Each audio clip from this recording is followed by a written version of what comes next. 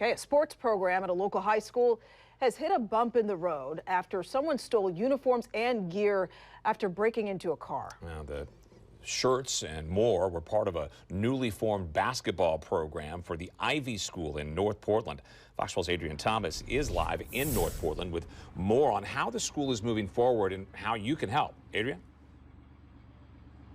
Well, Pete, Riel, that's right. The basketball program here at the Ivy School is all new this year, but now the players and coaches are scrambling to find supplies to support the two teams that are a part of the program. The players and coaches say they were shocked and saddened after they learned of the theft, but they haven't let that shake their spirit. The basketball program at the Ivy School in North Portland is tipping off this year for the first time.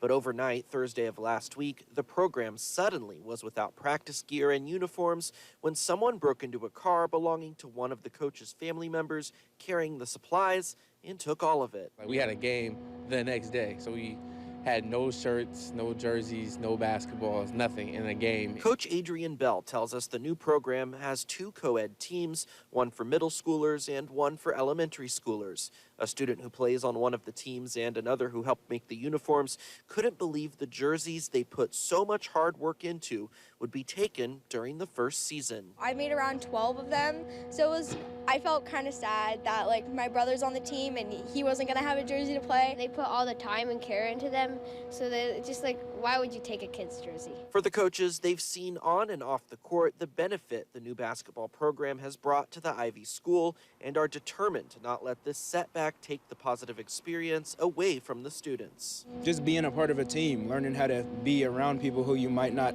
talk to every day at school, especially because a lot of these kids haven't really been a part of anything, especially with COVID and all that. Now, according to the school's website, the Ivy School is a publicly funded Montessori charter school and provides free tuition for families. One parent tells me that the Ivy School does not receive the same funding level as public schools, so a budget for athletic programs is next to nothing. So to help the Ivy School out, head on over to kptv.com, where I'll have a link to donate to their basketball program. Live in North Portland, Adrian Thomas, Fox 12 Oregon. There is some good news for high-income earners in our area who haven't paid the homeless service tax for 2021. Today, Metro, the regional government, announced that it would waive penalties and interest on that tax. In May of 2020, voters in the Tri-County area passed Measure 26210. It placed a 1% income tax on individuals making $125,000 or more per year, or couples making $200,000 a year. The money goes to homeless services. By the time the tax went into effect in 2021, many people forgot about it or weren't informed about it. Many employers also did not withhold the tax for their highest paid workers. Now, Metro says that it is waiving the penalties and interest on late payments for the first year of the income tax.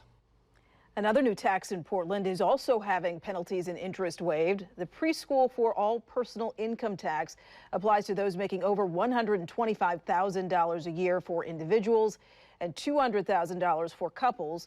Multnomah County says those that owe the tax won't pay interest or penalties for the 2021 tax year, and those that have paid interest and penalties can get a refund. For tax year 2022, taxes are due on April 18th. It was a snowy morning for some around our area. While the snow didn't stick everywhere, the West Hills did see some snow on the ground. Fox 12's Drew Reeves is there with a look. Well, this morning, folks in the West Hills got to wake up to a nice blanket of snow here on the ground. Didn't cause really any issues on the roads, but we did have some school delays in the area. Wasn't long after the sun started to come out, though, that we saw those temperatures warming up and that snow starting to melt.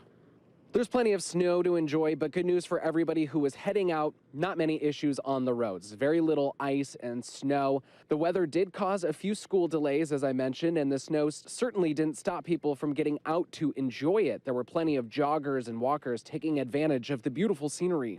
I love it. It's invigorating. Henry loves it. It helps me get out and just enjoy things and get started with my day. And as I mentioned, once the sun came out, that snow really did start to melt pretty quickly. But if you were up early enough and got to enjoy the morning, it was a picture-perfect winter morning. Reporting in the West Hills, Drew Reeves, Fox 12 Oregon. Okay, another spot that we found snow this morning was out in Vernonia, where there was a good coating of snow in the town this morning. It was enough for the Vernonia School District to cancel classes for the day. Many people that we talked to in town said it was nice to see the snow and have the kids out enjoying it. So far, we've thrown snowballs. We played in the snow, threw some snowballs. We had a horseback ride, compliments of my shoulders. Sounds like a great day. Well, despite the snow, people were still able to get out and enjoy their Valentine's Day. All right. Yeah, let's check in with Mark now and you get his thoughts on how the forecast shook out. It really was accurate. You said it traced to a couple of inches. And some spots, you know, the hills, a few spots did have 2 inches. Yeah. It was funny, and I said more important was the location. Like Yeah. we'd have these random areas of showers, which you'll see in the snow total. You ready for it? The big number, the official total? Oh boy. It was a trace. It was not measurable here in the city. Yeah. All right. So there you go. But look at this. This is in the South Salem Hills, Gorgeous. Valley Vineyards. Nice and pretty there. That's a time lapse through the morning hours, and you see the snow dissipate. Even on the hills out in the distance, the snow goes away as well. Real pretty there. Okay, so 2 spots where the snow kind of stuck out here was that central part of the Willamette Valley, just south of Salem, south side of Salem. Look at that, 2 inches in Dallas, 1 inch in the hills there, 1.5 inches at Turner, 2 inches at Sweet Home, 2 inches also at Junction City, and even way down to Eugene had a ½ inch. Kind of skipped over the metro area. I think most of our snow was actually before midnight when we were on the air last night. Then you go up north, look at this, down near sea level, 2 inches at St. Helens, Woodland, and La Center. So heavier showers did push the snow all the way down to sea level. Part of the problem, why we didn't get more snow here in Portland, since midnight, 400ths of an inch of melted down precip, which means it basically just flurried a little bit, and that was it. If you're headed out this evening, though, more of this. Partly cloudy. Roads are dry, so I'm not concerned about frost overnight, but just be aware that if you're in one of those hilly spots, some of your melted snow probably will freeze because I expect clear skies to develop. Okay, we'll talk about what we see over the next 7 days, which includes some dry weather and one very wet system. That's on. The 5 o'clock news is just getting started.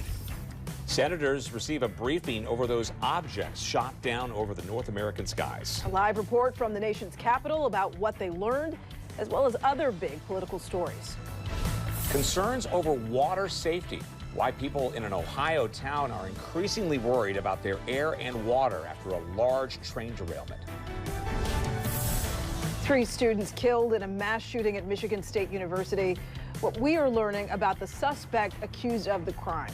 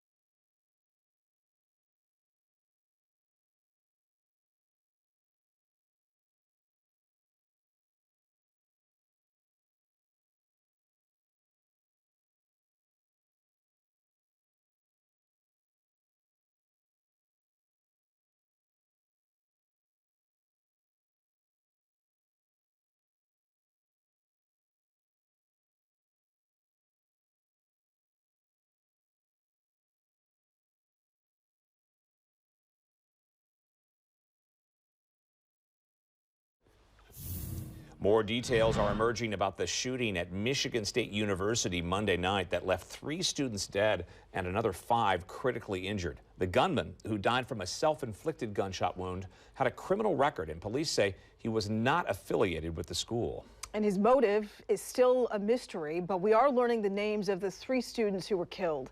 Fox 12's Stephanie Domerant has the latest on this. Akers Diamond Hole. Terrifying moments Monday night at Michigan State University as students ran for their lives or hid in their classrooms. Police in pursuit of a gunman who they say opened fire in an academic building before heading to the student union. Right when that first gunshot went off, I booked it to the far corner of the class. I was sitting right next to the door where he came in. Guys were telling us to run out the back doors as quick as we can and run for our lives. Police found the bodies of 2 students in Berkey Hall and another at the student union. The victims have been identified as sophomore Brian Frazier, junior Ariel Anderson, and junior Alexander Werner. 5 other students were critically injured. The suspect identified by police as 43-year-old Anthony Dwayne McCray, who died from a self-inflicted gunshot wound. We have absolutely no idea what the motive was at this point. Rosman says McCray had no connection to the school, but he did have a criminal record. Court records show McCray pleaded guilty to a misdemeanor firearm charge in 2019.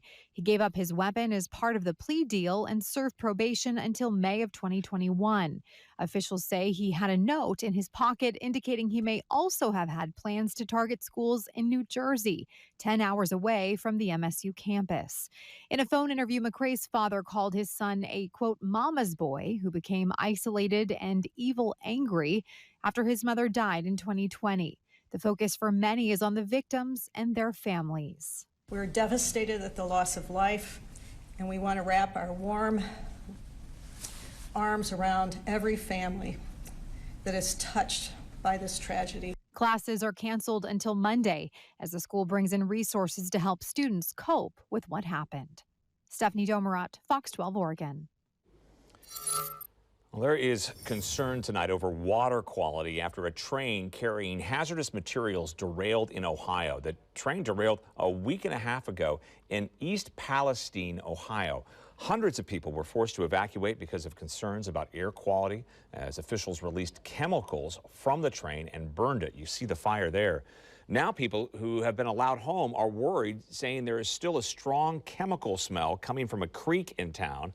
Officials with the water department in East Palestine say that they are working to clean up any contamination. I know there's a lot of concern about it, but from my standpoint, we are hitting all of our EPA limits and guidelines, and that's what I base my job off of. It's my job to provide clean water, or it's going to be me that's going to be in trouble. Officials say the EPA is mostly worried about the well water outside of Palestine. Those who recently moved back are hoping the regular testing of air and water quality continues to make sure that those living in the area are safe in the long run. All right. Time check now, back in with Fox 12 Chief Meteorologist Mark Nelson. You know, it was nice because the snow, it was here, it was pretty, Yeah. came and it went quickly. That was the point. That was good. The only thing I was disappointed with in the forecast was I thought we'd see a lot more sun. The clouds really never cleared out here in the metro. Okay. I was looking forward to the blinding sunshine, but yeah, You know at least it warmed up. You know who isn't disappointed? People who are skiing today. We've seen dozens. I mean, Look this at is the that. most we've seen the entire winter. I mean, everybody's in a good mood. Just usually we'll see 1 or 2 people every few minutes. This is way up here at the top of Ski Bowl, 5,000 feet. But man, clearly everybody and his and her best friend has heard about the big snow that was going to fall yesterday. And look at that, they're discussing it right now. Which way should we go? Which line should we take? Or I don't know, maybe they're discussing something more important. Valentine's Day discussions, who knows? But anyway, yeah, great Valentine's Day up there on the mountain. Probably today was the best ski day